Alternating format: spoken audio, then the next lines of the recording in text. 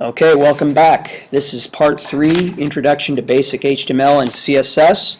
So what we're going to do is going to go into the body or the CSS sheet, and I'm going to get my cursor all the way on line 1, and we're going to add a universal selector, and that's with the Shift 8 will give you this asterisk, and we'll do the curly brackets, and this is a common practice. We're going to give it a margin of 0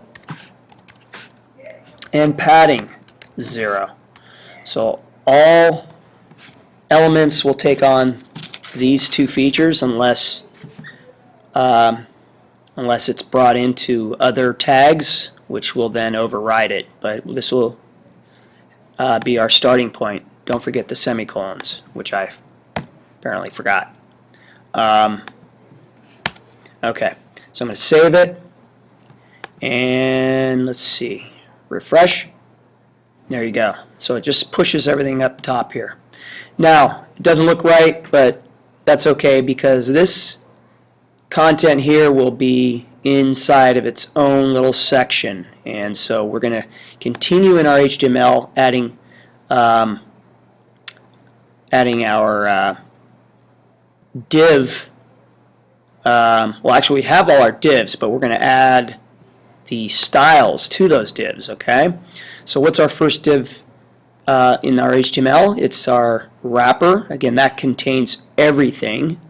And so let's go ahead and write a rule for that. So come into your CSS, and we're going to start with our pound sign. The pound sign means that we used an ID selector.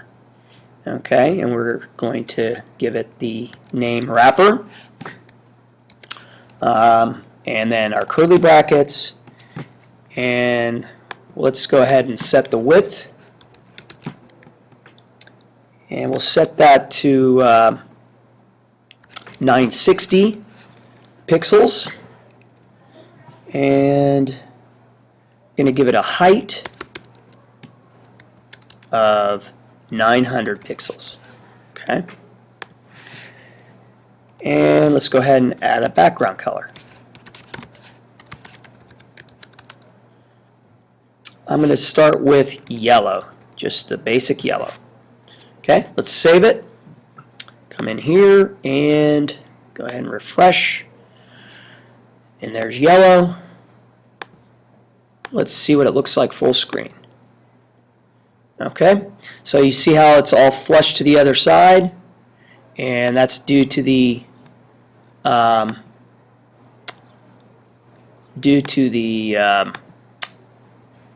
sorry, I'm drawing a blank here, to the universal selector, but we are going to add our own margin. So we'll go ahead and do margin for the body and set it to auto. Okay, so save that, and let's go ahead and refresh. And let's see what we got here. I didn't save it, apparently. Okay. Alright, let's see. Full screen. And perhaps we need to go ahead and give it some padding.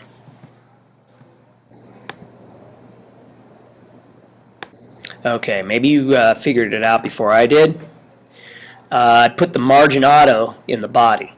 We want to put it in the wrapper. So now the look of this will show our wrapper centered. So what auto does is it gives it the same amount of space from the left side to the right side. Okay, so you can see how it's sitting in the center. Okay, let's go ahead then and go to our next div tag. Let me go ahead and zoom out here, and I'm going to hit return several times. Okay, and we'll go ahead with the next div down, which is the header. Okay, and let's go ahead and write in some rules for the header. So we'll go ahead and add some width and make that 960 pixels. Now, if you made your width and height differently based on what we did in class, then you may keep that It all depends on your look. I'm going to do a 50 pixel height. The header is just the place where the name of our website is. Okay?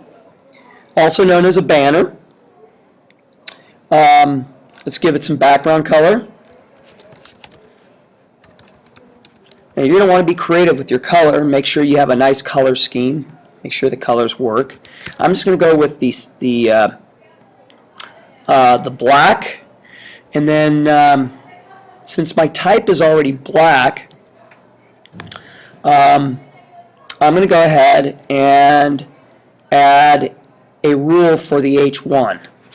Now the H1 is within the header tag, so what I should do then is target the header, space, and show the H1. So it's going to specifically only any H1 that's within the header, and there should only be one, but this one is going to have a background, a color, because we're targeting the title here, and we'll just stick with yellow because my banner is going to be black, and so let's see how that looks.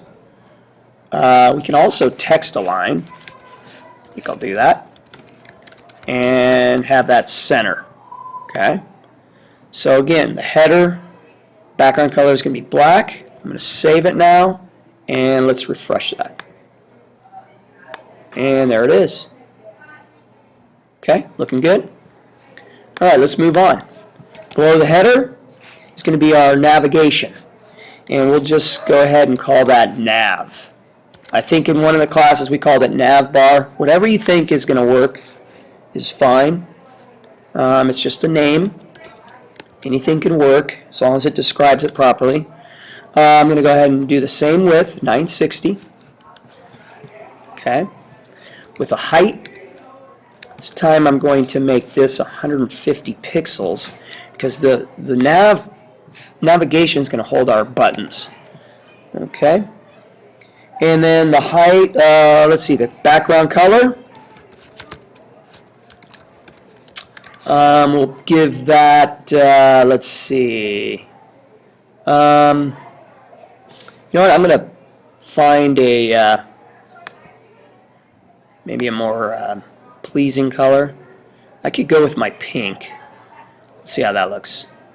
Kind of stick with all the colors, similar colors. So let's see what pink looks like. Save it. Oop, I do not want to purchase. Okay. And then, yeah, save, and let's see what it looks like. Did I save it? Looks like I didn't save it. Okay. I'm wondering if I called the div something else. I did. You see that? It says navbar. So what I'm going to need to do is change that to navbar. That makes sense. Okay. So I did this video, the second video yesterday. I'm doing this one another day, and so I just forgot. That's all. And there you go. So there's my navbar. Looking good. And it contains all the list items. Now if your list items drop below, it shouldn't matter because eventually we're going to format these to look like buttons, and then they're going to go off to the right. Alright, so I'm going to stop here since that was the bell.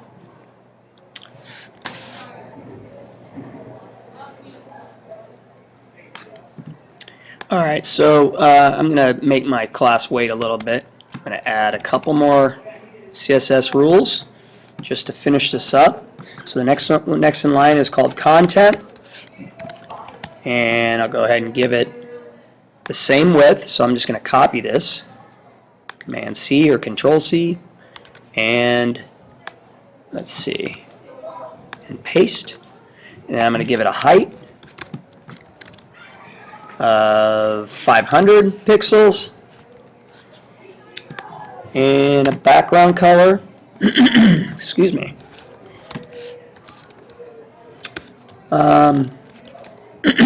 Excuse me again. Gray. And let's see if that's how that's gonna look. Okay, and there it is.